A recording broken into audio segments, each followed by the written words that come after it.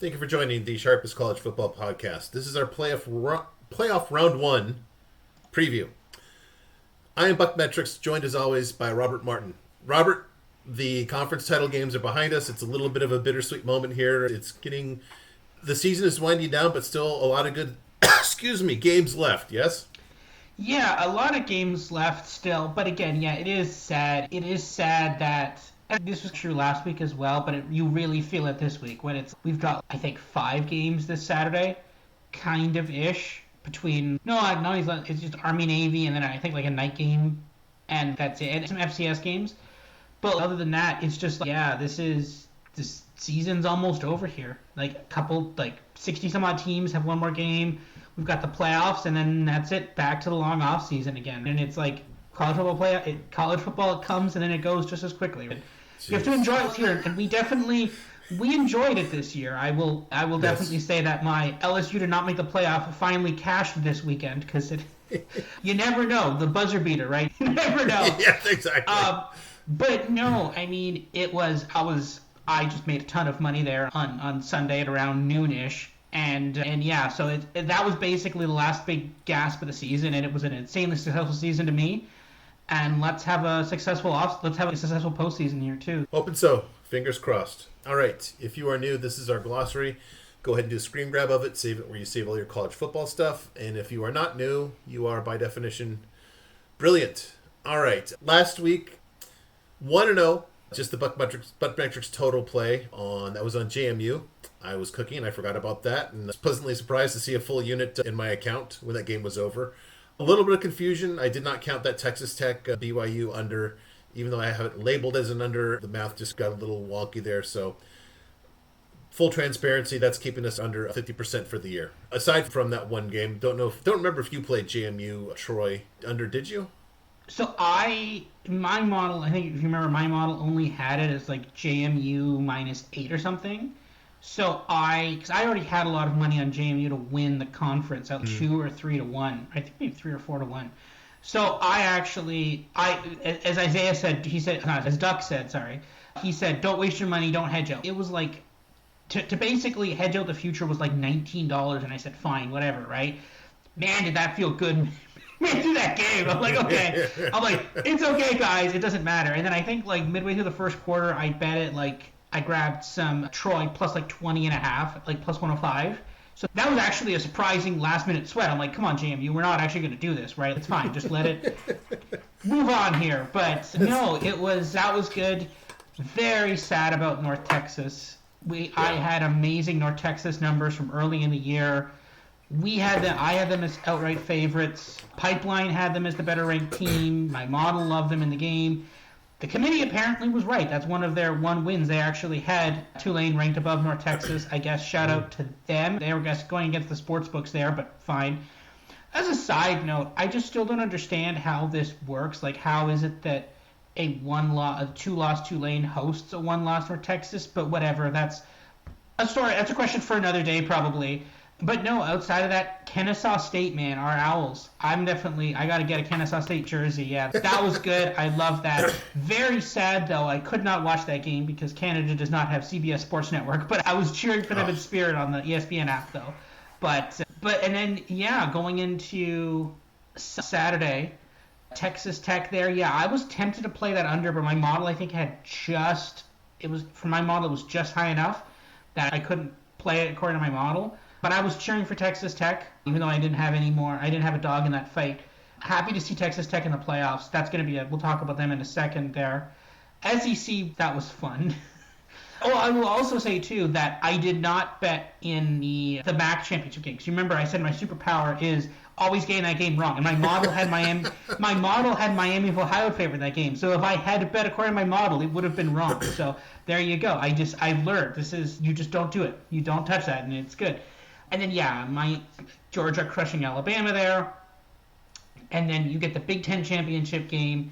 That was a really good game. I loved that game. I watched all that game. Just 2 really great teams that we may see play again. I think very likely we could possibly see them. They're on the opposite side of the bracket, but would not be sad to see them play again. And then, obviously, the second that game ended, then we all ran over to the train wreck that was the ACC championship game. And I will say, it's really funny, but shout out to my model called Duke outright, and they won outright on that game too. No one else had them favored, and my model called that one, and that was correct. Yeah, that was again just the insanity of the ACC and what that meant for the playoff. But whatever, it was a great weekend. I enjoyed that. Yeah, cool matchup in the Bowls, and we're not going to be doing the full bowl thing this time, but I do like that we get Western Michigan and Kennesaw, the MAC champs, Yes. and the CUSA champs. That's gonna be like, I'm excited for that game. That should be like, is it prime time? I think it is prime time, right? I think most bowls are like have their own time slots now. I think there might be a couple times when not, but it should be. And yeah, that should be a primetime game.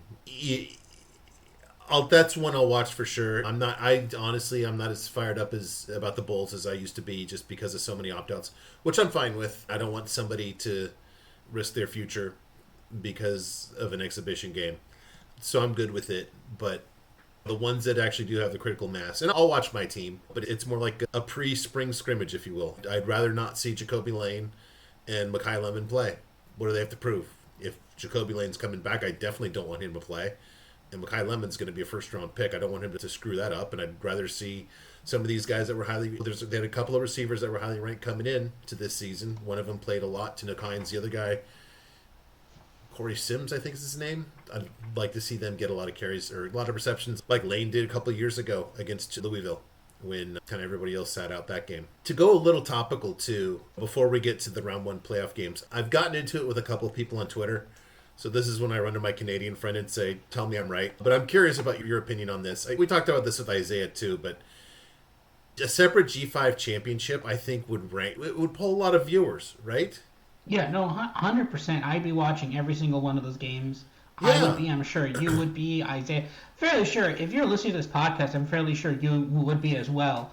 The thing is that, again, there's a lot of problems with the committee and what happened there. I don't think we're not touching that on this part. Stay tuned for part 2 with Isaiah. We're definitely talking about that.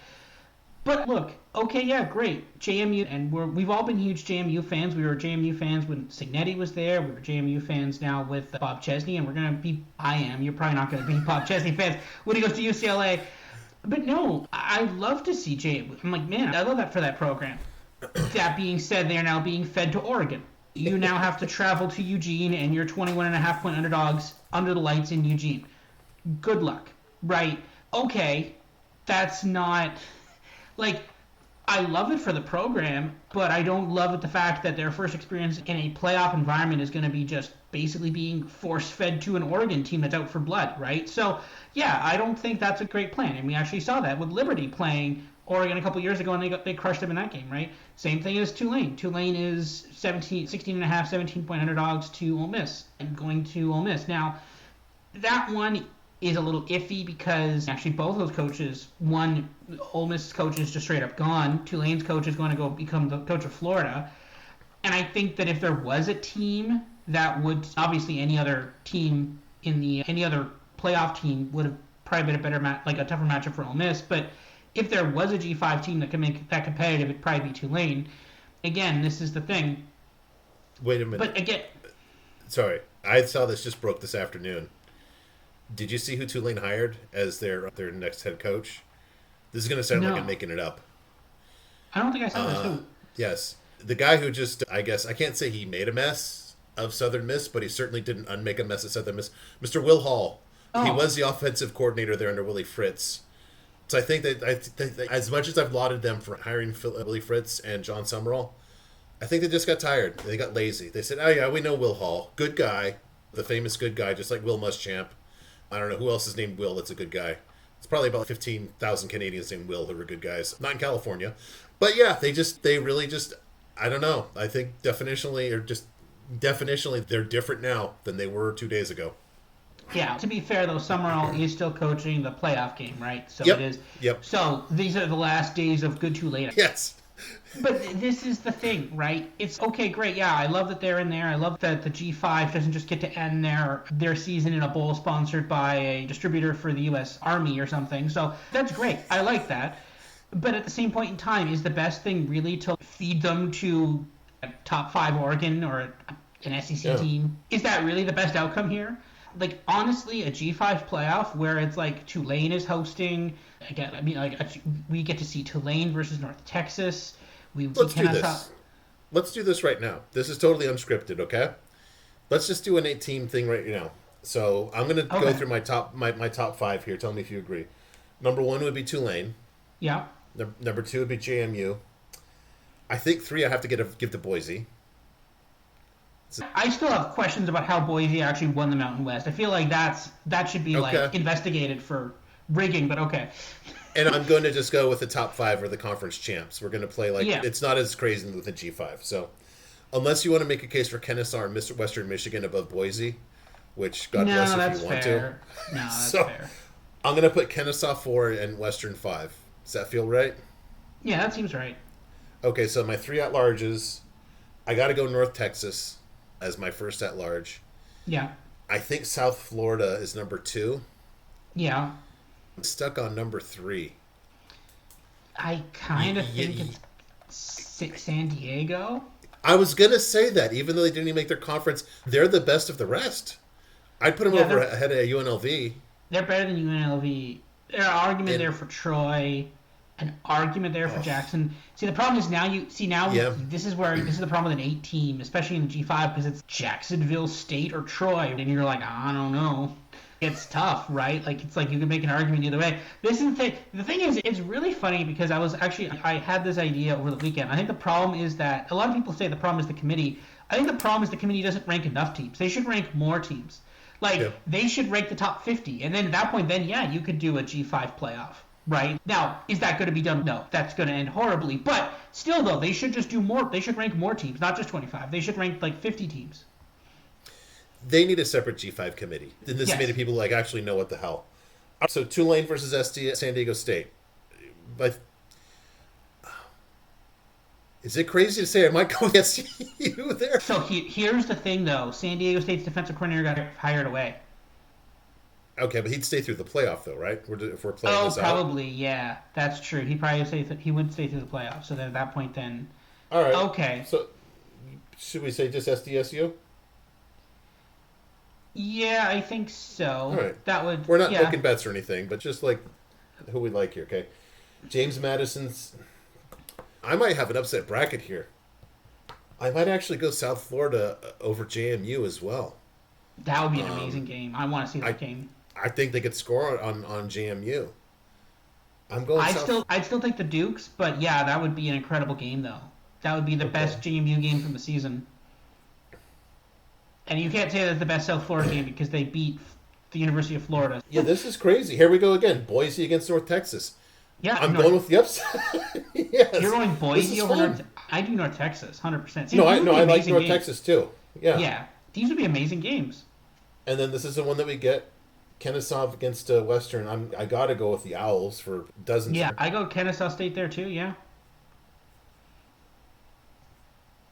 So then we would have San Diego State against Kennesaw. We both have that. Hey, I have San to go Diego State probably State. wins that. Yeah. Yeah. It's gonna be like that weird NCAA tournament a few years ago. And there we go. I have South Florida against North Texas. I'd have to go with USF, seeing as they beat North Texas by like 50 when they played before. That is true. Yeah, whatever. This is for fun, sure. But you have JMU in North Texas. Yeah, I go JMU maybe. Okay. Yeah. So They we have a both defense. have in our yes they do. So our inaugural G5 championship, I have San Diego State versus South Florida. What a great matchup. A good offense Yeah. against a good defense. I'll go with Golish. I think there's just a better conference. They're just more war what they've been through the wars or whatever. So I'll go. I somehow landed with the Bulls as my G5 champ, and you have to go between the Dukes and the Aztecs. I'm going to post a total of 38 on that one. That'd be like, oh, this is the championship game, and they'd be like, we're never doing this again. Yes, exactly. 20 points are scored, we're never doing this again. There's a bunch of jokes about, hey, where's Iowa's bid if we're doing this? Yeah. No, but that would be fun. I'd love to watch those games. And again, I think we're getting very close to that. Like when you now have a situation now, and again, we're not talking about the bowl specifically today, but when you have a situation where, and now I thought Notre Dame opting out, I was actually okay with that given what happened. Yep. But like when all of a sudden Baylor, I'm like, what are you doing? Like why? Like you were completely, and you know what? Like, so Notre Dame, I'm okay with that. I don't love it, but I'm okay with it.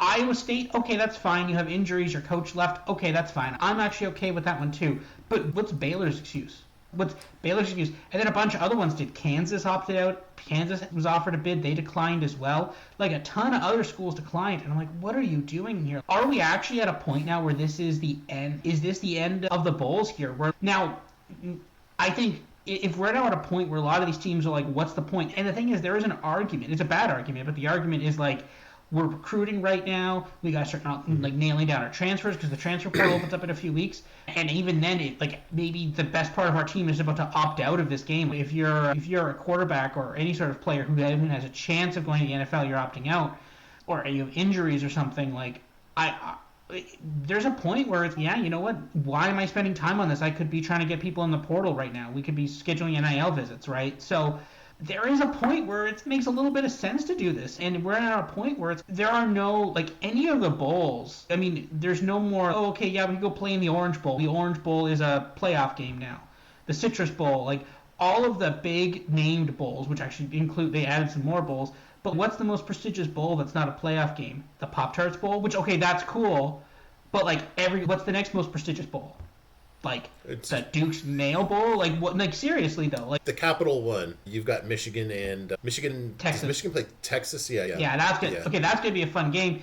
But okay, but that list gets real thin real fast. It does. Yeah. No, like, it's basically you've got three good ones. That one you've got Iowa Vandy, and you've got what should have been USC against BYU, which would have been a good game. This is assuming that most of the roster shows up. Something weird happened there, and so they got TCU instead, which I'm just hoping that they have, as Hambo would say, you know what, just go into the game with dignity. If Mekhi Lemon's not going to play, then I'm hoping that Eric McAllister doesn't play for TCU. So it's just spring scrimmage versus spring scrimmage there. Yeah. But, I mean, that's what bowls, with the exception of the playoff, have evolved into in the last couple of years. And I think we're just now accelerating that, where it's like now teams are just like, what's the point in even doing this? And, like, when you're at a point, like, again, Iowa State, that makes sense. Iowa State had to pay $500,000 to the Big Ten for declining the bowl bid.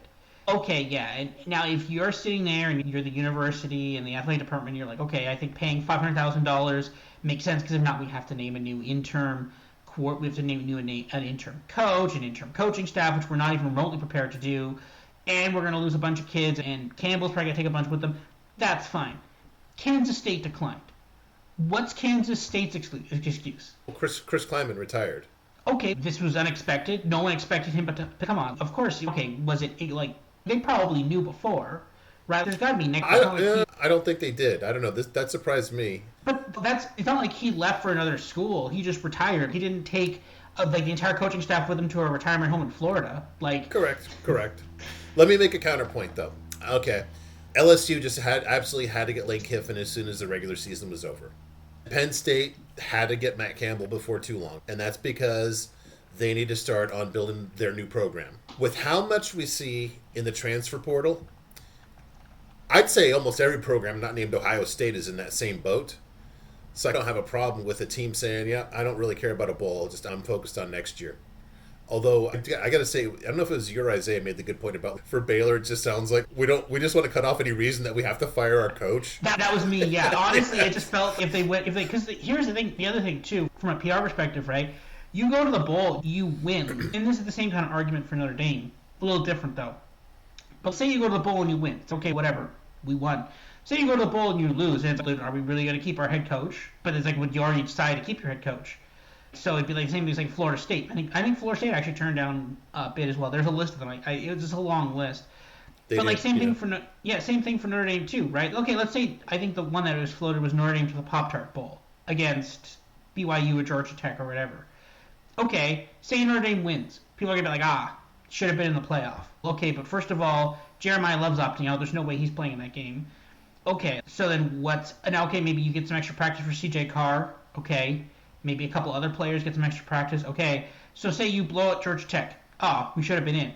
What if you lose to Georgia Tech? See, we were right. And then next year, then you're like, maybe you're not that good. So it's lose for you, honestly. And also, you don't have to pay because you didn't take the bid, you're independent. So I'm assuming you get all the money from that, so you don't have to pay a conference. So honestly, Notre Dame opting out was actually smart. That made a lot of sense. But other ones are far less excusable, though. Yeah, agree. I can't disagree. It's choose your own adventure when it comes to the Bulls. Is that fair? Yeah. I gotta say, I'm gonna make you pick one since you have two definitive. Before we get to the round one playoff games, you have two definitive Bull crutches, and I want you to just choose one. One is the Pop-Tarts Bowl, which you use for every example of everything. And the other one is the imaginary, like, industrial complex bowl with you don't name who it is. Which one are you watching on a Saturday? Is it military industrial complex bowl? Is that the one that's your go-to? I think there's 8 of them, so that's true. Yes. Yeah. Okay. Very fair. Yeah. All right. You ready to talk about some round one games here? Yes. All right. These are in chronological order, if I remember correctly. So this means that Friday night, Friday the 19th, is Alabama at Oklahoma at night, which will be interesting. Oklahoma, and I don't know if this has moved since I grabbed these from a specific unlicensed book that might or might not be based in Garden Grove, California, but they posted Alabama giving 1.5. I don't know if this has moved since. I'll check. With a robust total of 40.5. I think this is almost like a repeat, like a grown-up version of that LSU versus Oklahoma game a couple weeks ago. This game happened Big Ten West here. This game happened a couple weeks ago, too. Yep. A couple of things about that. So, obviously, we're not talking about the committee specifically yet. I think we will in the next part. But if you are trying to find evidence for some sort of conspiracy, then the existence of this game is actually the beginning and end of it. Because generally, the committee has avoided rematches whenever possible. And, oh, look, we have a rematch immediately. And that would be completely avoided if Alabama had dropped one spot after getting blown in the conference championship game. But we won't talk about that right now. But anyways, no, this is weird. My model had Oklahoma against Alabama the last time, and now my model's flipped, and now I've got Alabama here. I've got -1 in my book, again, say -1.5. And so I actually had Alabama by more, and then I updated the model. I ran the model before once the games came out, I ran the model, and then I updated it from the conference championship games, and then my model actually had Alabama by more. It was like by 9 or so, and then it dropped down to 4. So moving directionally closer. I just think that like the model is just out on Oklahoma. Like it had been calling for a fade of Oklahoma basically since the Alabama game. It called for a fade of Oklahoma against LSU, and who they played before LSU? Was it like Arkansas? No, it wasn't Arkansas. Who would they play before LSU? Was that not the Alabama game? Oh, no, there was one game in between. There was a game in between, but the last game they played was LSU. And then they played who? Yeah, shoot. Yeah, it might have been Arkansas. I want to say it was Arkansas, but I could be wrong on that. But it was someone. And my model called for a fade in that game, too, and they didn't cover that spread either. Yeah. Can't remember who it was now, though. It wasn't Mississippi State. It was not a good defensive team because I remember I was. That's right. Looking for a good defense from them to play. But no, yeah, I distinctly remember this, and it was not. Let me see here. Who was it? It was Missouri. That's who it was. Yes, okay, better opponent. Better opponent. They won that. Yeah, they won 17-6. So I think they actually covered that spread.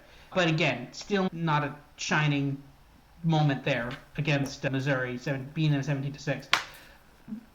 But no, their offense has just been non-existent for basically 2 weeks. You're looking at 17 points against the Missouri team that's not particularly great on defense, and then 17 points against an LSU team that's got a good but not great defense. Like their defense is keeping them in the games, like 7 points again, allowing Missouri with their backup quarterback 7 points, LSU 13 points. And yeah, but Alabama's got a couple weeks to figure out offense. Literally just figure out offense. Oklahoma, I think Mateer is hurt probably more. Now, again, this is the other flip side of it too. You're now giving Mateer like 3 weeks to heal up and get healthy. He doesn't have to throw a football for 2 weeks. So could that help? I don't know. I'm not sure specifically what the problem is with Mateer. Their offense has regressed in the last couple of weeks. Is that Mateer? Is that just a collection of injuries? Their offense was never amazing to begin with. Like, it wasn't like they were lighting the world on fire before Mateer's injury. Like, they were good. But again, this is the team that I'm just going to have it called up here. They scored 24 on Michigan, right?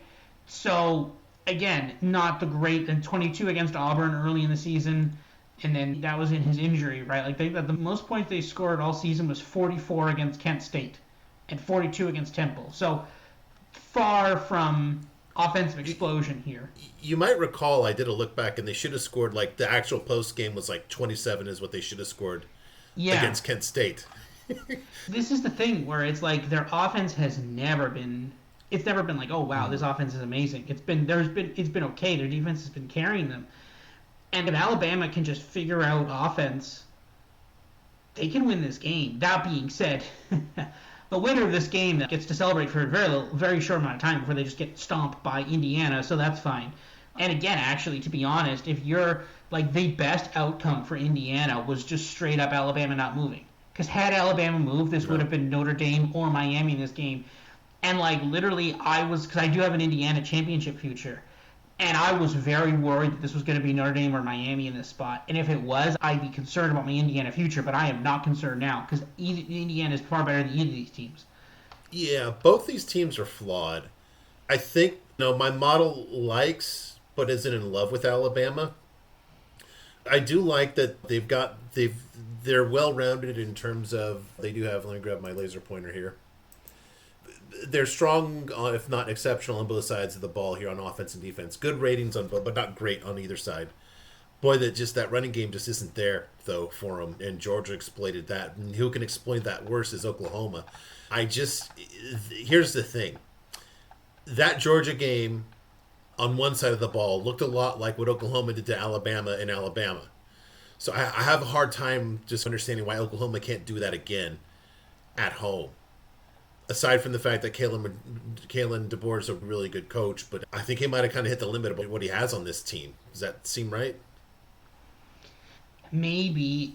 I will say that Alabama has not looked great, but I will say that even since, Alabama did outgain Oklahoma in that game, and I think I can't remember because they were the better team in that game.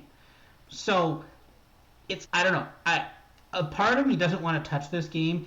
I don't think this game is going to be particularly amazing, but I think we'll have to see the splits. I think the public is going to be in Oklahoma in this game. If I had to hazard a guess, the public is going to say Alabama shouldn't be in this game. They're going to be all over Oklahoma, and I think that's where I think you take Bama in the game, and I think Bama can win this game and potentially convincingly. But again, Alabama's going to have to figure out offense, specifically rushing offense, and if they could do that, then they can win this game.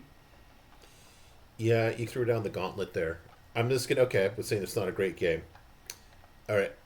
You can have this game or you can have one of the following, since you are in above the 49th, metaphorically. You can have Hurricanes Panthers, Canucks Islanders, Jets Avalanche, Devils Mammoth, or Stars Ducks. I think you're going with this game, though, right? Yeah, I'm you're going with. Okay, very fair.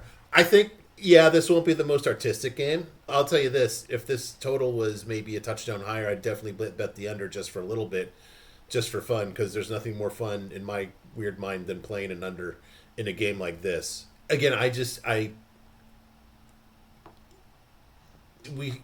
you've seen Oklahoma can limit Alabama. Now, Oklahoma can also limit Oklahoma too, offensively. But geez, you just got proof of concept with a much lesser defense in Georgia, what they did to Alabama. And I guess you seem to be putting a lot of faith in Alabama figuring out offense, as you worded it. Do you really think there's something there, or is that more just a leap of faith, just for fun play? So, I actually have, I think, two better bets for other games we'll talk about in a minute. But if I'm right, and I have not bet this game yet. If I'm right and the public is all over Oklahoma, which the fact that it's already moved down to -1.5 suggests that the money's on Oklahoma. If I see something like 60-70% of the money in bets on Oklahoma, I'm going to pull the trigger on Alabama, 100%. I think that the public generally is wrong, and if my model disagrees with the public, I found that's very profitable. So I will take that all day. But again, I'm not itching to bet this game. I think this game is also a very real, someone scores, immediately bet the other team game. This is Alabama, Oklahoma scores a touchdown early in the game. Okay, Alabama plus 3.5, go. Right? Same flip side. Alabama scores a touchdown, Oklahoma plus 4.5, go. That seems to me a very reasonable thing. I will say the 40.5 seems a bit low. This was a 44-point total last time they played, so that seems a little low. I will say though that in general, I have far more faith in Alabama figuring out offense than Oklahoma figuring out offense. Because I've seen Alabama do offense, yeah, I haven't seen Oklahoma do it. So that's a fair point. Yeah. They're not facing Kent State this time. I think we can agree on that. That's a good point. Yeah, there's more upside that way, but boy, it's not easy to do it against Oklahoma, especially since we know it's not going to be on the ground. There's only one way it's going to happen, and that's through the air. All right, next one. Miami is getting 4 at Texas A&M, or unless this one has moved since yesterday morning. I don't think so. I think this is still. I bet it at a different number actually. I bet it at 3.5. Yeah, it's up to 4 now. Wow. Okay. Okay. And the total's at 51.5 still. Okay. Don't know if you heard about this. Some people don't think Miami should have made it to the playoff. Robert, have you heard this? I've heard that, yeah. Here's the thing. The second this line came up, I just immediately bet Miami plus 3.5 in money line, just straight up, just massive bet on them. My model has hated Texas A&M for several weeks, and the showing against South Carolina and Texas completely confirms that. My model has had Miami as a top 10 team. I believe Miami should have made the playoff. I believe the way they made the playoff was wrong, if that makes sense. But I also believe Notre Dame should have made the playoff ahead of them too, right? So it's like I have mixed feelings about this. I think at the end of the day, I believe Miami is one of the top 12 teams, 100%. Yeah. And I think they're better than Texas A&M. I think Texas A&M has fallen off significantly since earlier in the season. I don't know why there is money coming in on Texas A&M. That seems a little misguided. Miami is a good team. Yeah, they had some bad losses, but that's what Mario Cristobal does. He does random bad things. Now, is this the game where he's going to go full Mario Cristobal? I don't think so, honestly. Here's the thing. It's interesting because the winner of this game goes on to play Ohio State. And if you told me that Mario Cristobal wins this game flawlessly and then chokes away a win against Ohio State in the last second in the stupidest possible way, that's what I believe. I believe that's a very realistic possibility.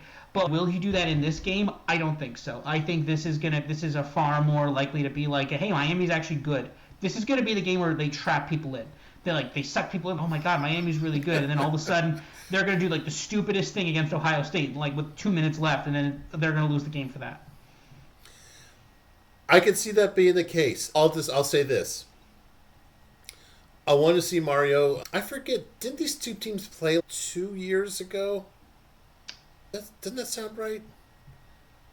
That does sound right, but that was with a completely different quarterback. That was Van Dyke. No, I don't remember where it was because I'd want to see Mario do it in a playoff game at Kyle Field. That's a big ask. Now, to your point, that's where he sucks you in. I don't want to say what's the toughest game that Miami has played. What's the toughest venue that Miami has played at? I'm guessing it's South Bend. Yep, actually, you are right. So they played in 2022 at Texas A&M. They lost 17-9. They lost 17-9, and that was Tyler Van Dyke was their quarterback. Yes. Okay, that'd be different. That was before Mike Elko. Yeah, no, that was Jimbo, as was last year.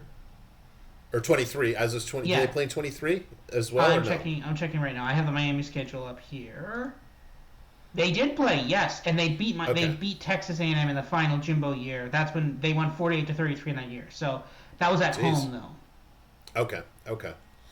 That was the beginning of the end for Jimbo there. I think the beginning of the end was when he signed that extension. That is true. That's a different topic. Yeah, Texas A&M is not the same. They're not the same team. I guess if I'm looking at the metrics here, this is really interesting. You've got strength on strength in terms of the Miami defense versus the Texas A&M offense. And so maybe is the question, which one of these guys cracks first, as we've asked from time to time. Who do you think does a better job holding up for 4 quarters, the Texas A&M defense or the Miami offense? 100% Miami offense. I think the Texas A&M defense is 100% going to crack first. And the evidence for that is the South Carolina and Texas game. Texas does not have a great offense, and they scored, 27 or something like that again? No, more than what they scored against Texas A&M. Yeah, it was 27 or 24. Yeah. I think. But I just remind you again, Miami's quarterback is Carson Beck. You think he just more or less keeps it together here? I think so. I like this Texas Tech, this Tech, like that's like the number you have there of Texas A&M's defense of 8.3. That's the number. That's the whole season number.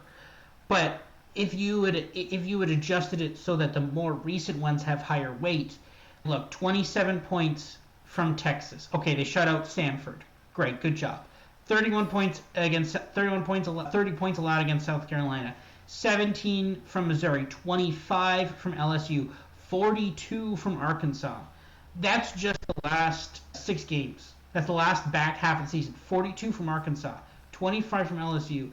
And I don't even know which LSU quarterback that even was. Sorry, that was Brian Kelly's last game, too.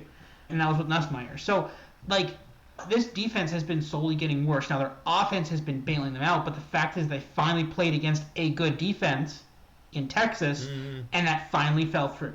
So this is the thing where I think their offense has, and you can see it there, their offense has very clearly been carrying them. The second they play off against a halfway decent defense, they've been shut down. And I think Miami's offense, they were able to blow up Pitt pretty easily. Yeah, they had some struggles, obviously, against Louisville, and who else did they lose to? They had all SMU, 9 points against SMU, yeah. Yes. But since then, they blew up Pitt pretty easily. Their offense has been doing better the last couple of weeks. I'd say their offense has a bit more. I have more confidence in their offense the last couple of weeks than Texas A&M's defense the last couple of weeks. I remember last week I showed that throw from Arch Manning and everybody was like, put respect on Arch Manning's name. He was a wide open wide receiver in the end zone, right? I'm not. That's a huge question mark there. If you're allowing a wide open receiver in the end zone, I don't think your defense is that great.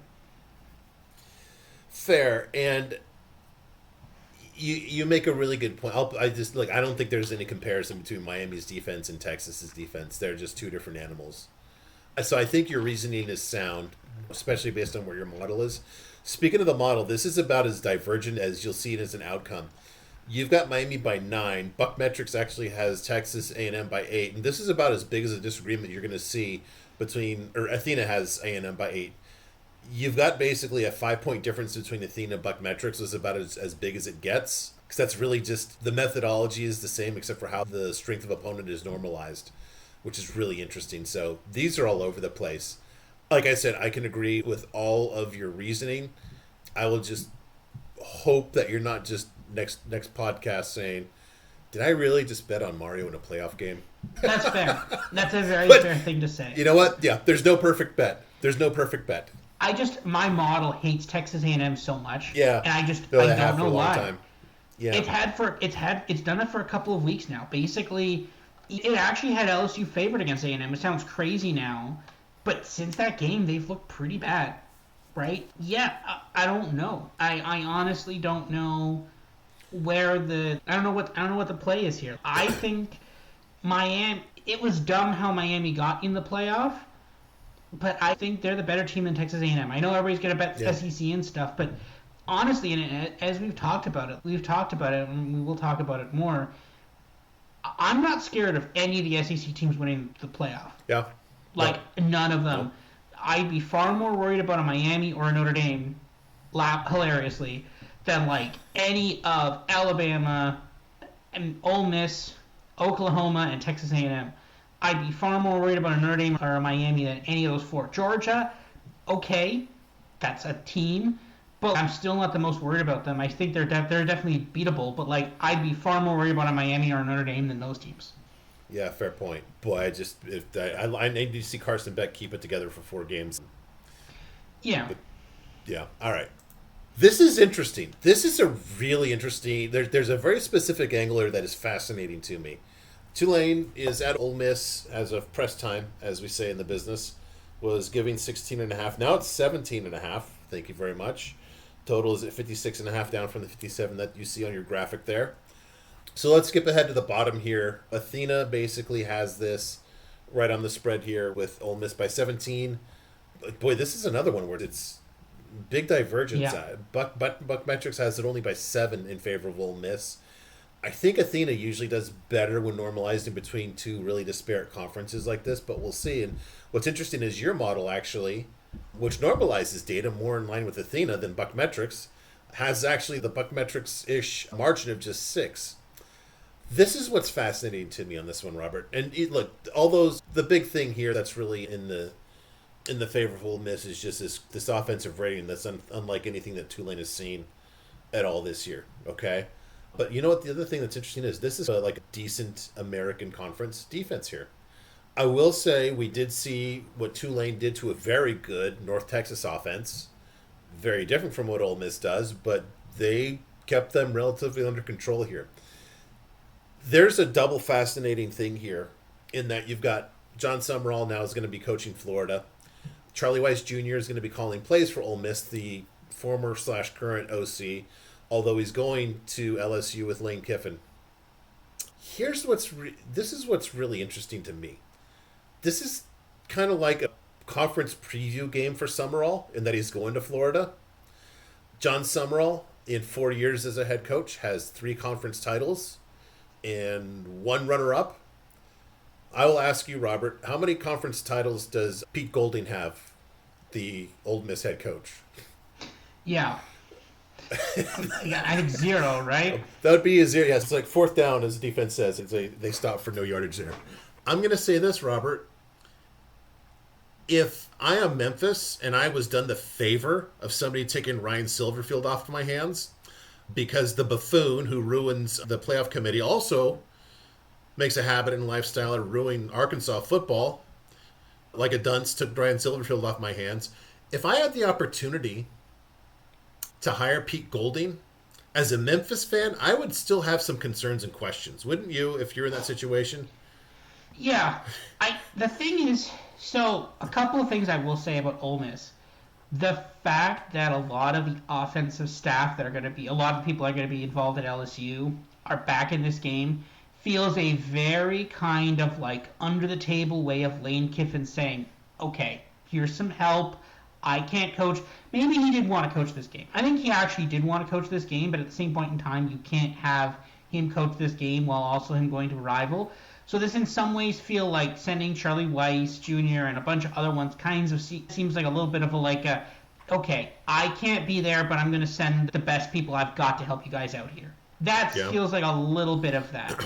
Now that being said, also Pete Golding is the head coach. So is Pete Golding going to be like, no, this is my team now. I don't care what these people say. They're not here next year anyway, so I'm going to start overriding them at every time, right? This is the thing, right? The interesting thing about Pat Summerall is that John Summerall. Pat Summerall's broadcaster. Yes, okay. Some of these people have names some of these names are just repeated so many different times. But John Summerall, it's interesting for him because originally a lot of people, he was seen as the second or third choice for a lot of these jobs. All like Auburn and everybody else was like, okay, we could hire him. Or we could go after Lane Kiffin. Or we could hire, at the time, it was like Cignetti or something. Obviously that didn't happen. But there was a lot of talk about people were like, oh, we don't want him, he won't fix the program. But in all honesty, when you look at his record at Tulane, basically 4 straight years of conference championships or being runners-up or whatever, that's pretty good. That's not bad at all. Honestly, like, for a program that had, he won those, I believe he won the Sugar Bowl against USC in one of those. I believe that was him, right? No, that was Fritz. Oh, that was Fritz. Okay, Fritz. Sorry. Yeah.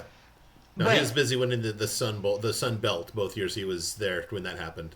Oh yeah, that's right. Yes, but no, this is the thing. He's had a pretty good track record at Tulane, and honestly, the thing is when you look at a lot of this stuff, for the head coaches that have all of the hype, very rarely does it pan out, right? Like the biggest hype a few years ago was Brian Kelly. He's already gone, right?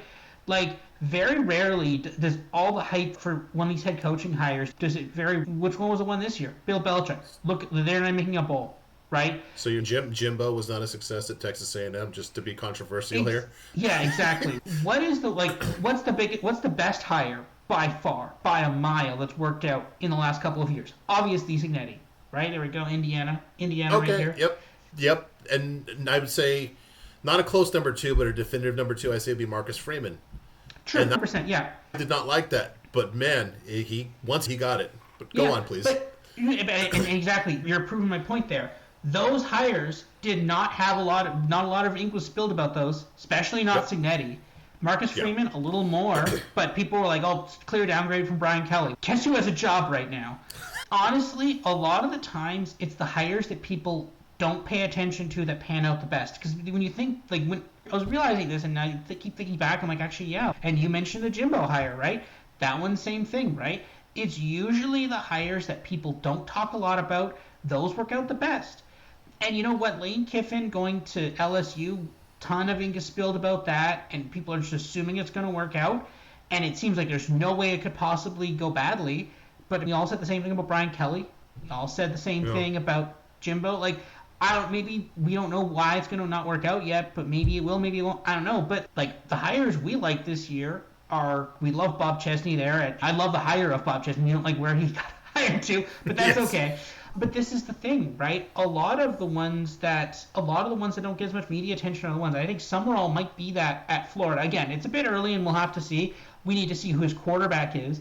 But Florida has just been it's an embarrassment for years now. I think the best, I don't even know what the best Florida team has been in since, I think it was the Kyle Trask of 2020 with that's it. And basically ever since then, it's been an embarrassment, honestly, for Florida. Like, for a program that had Urban Meyer and had Tim Tebow and several national championships and Kyle Trask, but then of course that year ended with the shoe throwing incident.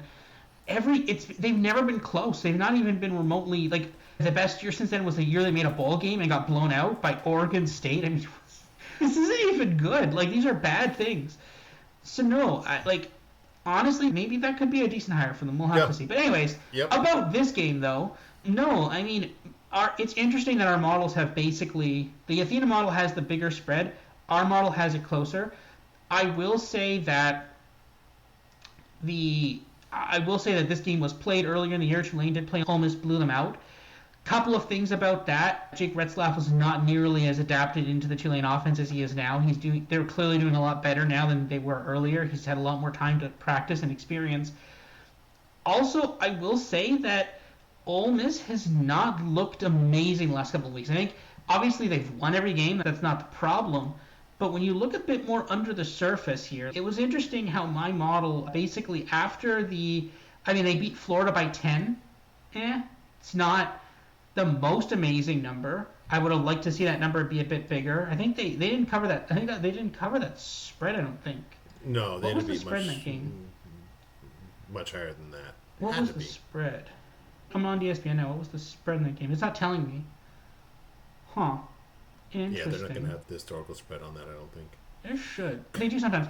But I don't think they covered the spread in that game. Also, weirdly, with the Ole Miss game, with Ole Miss versus Mississippi State, my model had a very narrow Ole Miss cover. I didn't bet it. They covered the spread handily, but my model actually downgraded them a little bit. They actually fell a little in my rankings after that game. And I think this is some stuff that you don't see on the surface, right? You and I don't see it because we can't look at every single number, every single adjusted. We can't. But that's what the models are for, right? And I think getting knocked down a little bit, even after a clear blowout win of an opponent, it's just a little under the surface, just a little dent, like a little thing that no one notices, a little blemish no one notices. But then at the end of the day, these start adding up, and you know what? Maybe there's a chance here. Maybe Tulane can do something here. Maybe if there was a team that a G5 team could do it, it'd be a team that just lost their head coach. The leadership structure of this team is very clearly in flux. And you've got a head coach who's clearly moving up. He's going to the SEC game. This is basically he may actually have to play Ole Miss next year. This might be round one of Summerall versus Golding. Let's see. I think 16.5, 17.5. I think that's very fair. This game could be competitive, right? My model didn't like Tulane in the championship game against North Texas. My model liked North Texas. Spread had North Texas favored. But as people were mentioning in that game, so I was watching that game, Tulane is built to be a championship team. It's built along the trenches, on the offensive line and the defensive line. It's a good team. And I think if there's a team that's just fundamentally soundly built, and again, that offense, how much of that offense is Lane Kiffin, right? How much of that 15.1 is Lane Kiffin? And that's gone now, right? So outside of that, they're very comparable. 3.8 and 4.3 on defense, that's very comparable. who do you have more confidence in if this is still like a one-score game, or let's say like a 10-point game in the fourth quarter? Summerall's not going to blink, right? No. We have no idea what Pete Golden's made of. This is not okay? You see this a lot. It's not the interim coach who's going to. I'll use your favorite thing, what I pushed you on. It's not like you have an interim coach who's coaching in the military-industrial complex bowl, which whatever. It's just a whatever game. This is very different. Who makes their debut in a playoff game? Yeah. Has that ever happened like in the sport of football? No. That's a new one, right? I'm talking about NFL, CFL, all of it. Yeah, Do you guys have a Tim Hortons bowl up there? No, we do not have. We don't have the bowl. Sorry. We actually. No, I will point out that like for our equivalent of college football, which is I guess university football, there is no bowl system. It's called. There's the one bowl. I think it's called a bowl. It's a certain type of bowl, but it's like the finals of a. Like we just have a playoff with all the universities. I know, crazy concept, right? You don't have a bunch of corporate sponsor for bowl games. You just have a playoff. I know, crazy, eh? Yeah, but this is uncharted territory. Pete Golding might be great, but again, just going back to if you're a Memphis fan and he was your coach, I'd have questions. Jesus, how confident would you be if if I got the truth serum in you as an Ole Miss fan? I'd have a lot of questions about this going against, again, a guy who's going to be coaching at a more prestigious program than yours in a matter of days, weeks, or months, which makes this just a fascinating game. That's the thing, right? Okay, you're Charlie Weiss Jr. and you're a lot of the offensive staff. Do you have a plane ticket booked for Baton Rouge after this game? Do you actually? Because your family is probably there, right? Is your family still in Oxford? Are you moving? Are you in the process? Like legitimately, what are you doing here? Yeah, that's a good point. Although the other side of that is, this is fascinating. Lane is a Jimmy Sexton agent. You've probably heard that name, right? Yes. The big client. He's the big agent. Apparently, Sexton was able to negotiate part of Lane's deal is that LSU will bonus Lane based on how he would have been paid under his Ole Miss contract, depending on how Ole Miss does this postseason. So if he was going to get a $500,000 bonus for making the semifinals, LSU will still pay that. So I think he probably still wants Weiss. I think Charlie Weiss Jr. is going to be worn out around the end of January between running literally double duty here. There's no way LSU actually agreed. That was just slid in and they didn't catch that, right? There's no way they actually were like, yes. Yeah, no, okay. Good point, because nothing gets past that athletic director or that governor, right? Yes, I'm sure the governor was he had his people combing through every line of the deal. Yes. No, what an insane thing to agree to, by the way. And what, on the flip side, what an insane thing to even propose. Yes, LSU's going to pay you for how well you do with Ole Miss. Now, see, I think that was designed for if he was going to keep coaching the playoff, which also still doesn't make sense. But whatever, I guess. Yeah. Why would you pay out the bonus? I don't even know. Yeah, to get him on board ASAP. All right, final game. Probably I'd say the least compelling of the three, just the least competitive. Although, again, you've got an interesting angle here in that future UCLA coach, Bob Chesney, gets his first look up close and personal at Eugene and the Oregon program here. Sure. And enjoy. I don't know. Apparently, USC plays. No, they don't. They do play Oregon next year. So I don't think that both.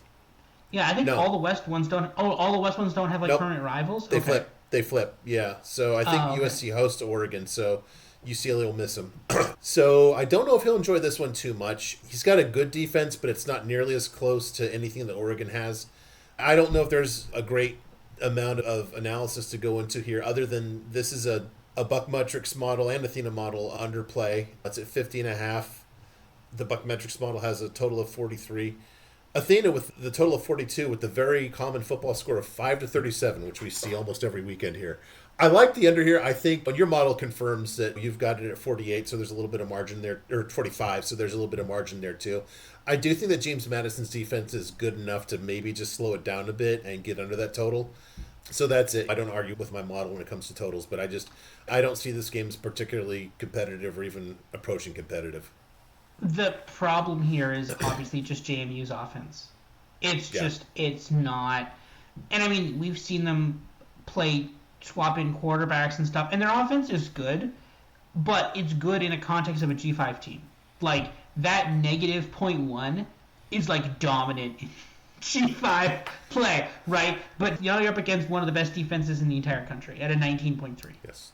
Good luck, right? That's interceptions, yes. That's defensive scores, that's short fields, and you've got also one of the best offenses in all of college football too. So you turn the ball over and you give Dante Moore only 40 yards to get a touchdown, yeah, good luck against that. Yeah, I think that I'll be interested to see what they do. So this is going to be the last game of the 3. Thankfully, I'll probably be just like cooking dinner at this point, and just it'll be a little background music here for me. But I think JMU's probably just going to run a lot more just to maybe keep it, as Hambone likes to say, lose with dignity on this one. So that's how it feeds into the under as well. Yeah, shout out to ESPN for, I'm assuming, just hazing TNT, giving them this game. They're like, oh, you want a night game? Okay, here you go. Yeah, good job. Yeah, no, night game at Autzen would be about as good as it gets, and then you kind of see the opponents. Oh. Yeah, but a good point on that. All right, come on. There we go. Okay, Robert, thank you very much. Thank you, everyone, for listening. By the way, I will point out here, using the AI art, I did put a little Maple Leafs sweater on Rudolph here. Yes, just to make you feel a little more comfortable here. The best Leaf player this year. Yeah, so you're the elf here on the right here, and I'm the one with the sack of goods as related to just compared to just the gift here. So thank you, everyone, for listening. We will be back shortly with a preview of all the Big Ten teams in the playoff. We will talk to you then. See ya.